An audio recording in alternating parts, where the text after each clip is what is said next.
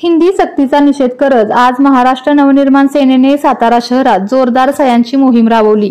शासनाच्या भाषाविषयक धोरणाचा निषेध करत महाराजा सयाजी विद्यालयासमोर मनसेच्या शहराध्यक्ष राहुल पवार यांच्या नेतृत्वाखाली ही कारवाई करण्यात आली।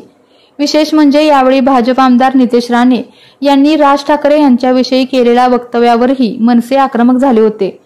ही संपूर्ण मोहीम केवळ हिंदी विरोधासाठी नाही तर मराठी अस्मितेच्या रक्षणासाठी आहे असं म्हणत मनसेने सातारकर नागरिकांच्या सह्या गोळा करत प्रशासनाच्या भूमिकेवर रोष व्यक्त केला।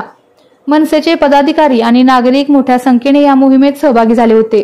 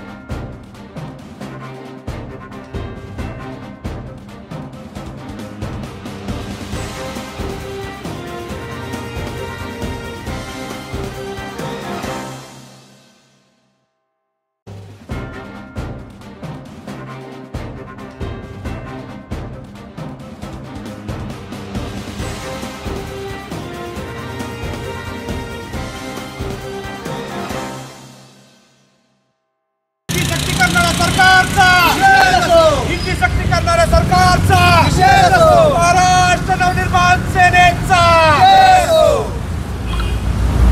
महाराष्ट्र नवनिर्माण सेनेचा। सातारा शहराच्या वतीने आज महाराष्ट्र नवनिर्माण सेनेचे अध्यक्ष आदरणीय राज साहेबांनी जी भूमिका घेतली, हिंदीची सक्ती पहिलीपासून जी सरकार करत आहे त्याचा निषेध करण्यासाठी आज आम्ही या ठिकाणी जमलेलो आहोत। या ठिकाणी अनेक पालकवर्ग असतील, शिक्षक असतील, पत्रकार असतील, साहित्यिक असतील, सगळ्यांनी या आंदोलनाला पाठिंबा दिलेला आहे। जर ही महाराष्ट्राची अस्मिता जर मराठी असेल, इथली संत जन जर सर्व मराठी असतील तर मग हिंदी सक्ती कशासाठी हे सरकार करते? एका बाजूला जर तुम्ही मराठीला अविभाज्य दर्जा देताय आणि दुसऱ्या बाजूला तुम्ही हिंदीची सक्ती करताय तर हे कदापि खपून घेणार नाही। येणाऱ्या 5 तारखेला जो आदरणीय राजसाहेबांचा मोर्चा निघाला आहे त्या मोर्चाची दखल या सरकारला घ्यावीच लागेल आणि हा अध्यादेश त्यांना किंवा जो त्यांनी हिंदी सक्ती केलेली आहे ते मागे घ्यावीच लागेल असं मी या ठिकाणी नम्रपणे सांगतो। सातारा जिल्ह्यातून 5 तारखेच्या मोर्चाला किती सैनिक जाणार आहेत? सातारा जिल्ह्यातून जो आझाद मैदानावर राजसाहेबांचा मोर्चा आहे त्यासाठी आज आमची बैठक आहे आणि या साताऱ्यातून जास्तीत जास्त महाराष्ट्र नवनिर्माण सेनेचे पदाधिकारी त्याचबरोबर पालकवर्ग असतील, साहित्यिक असतील, लेखक असतील यांनीसुद्धा आम्हाला आग्रह केलेला आहे। त्यांनासुद्धा या ठिकाणून तिथं आम्ही आंदोलनासाठी नेणार आहोत।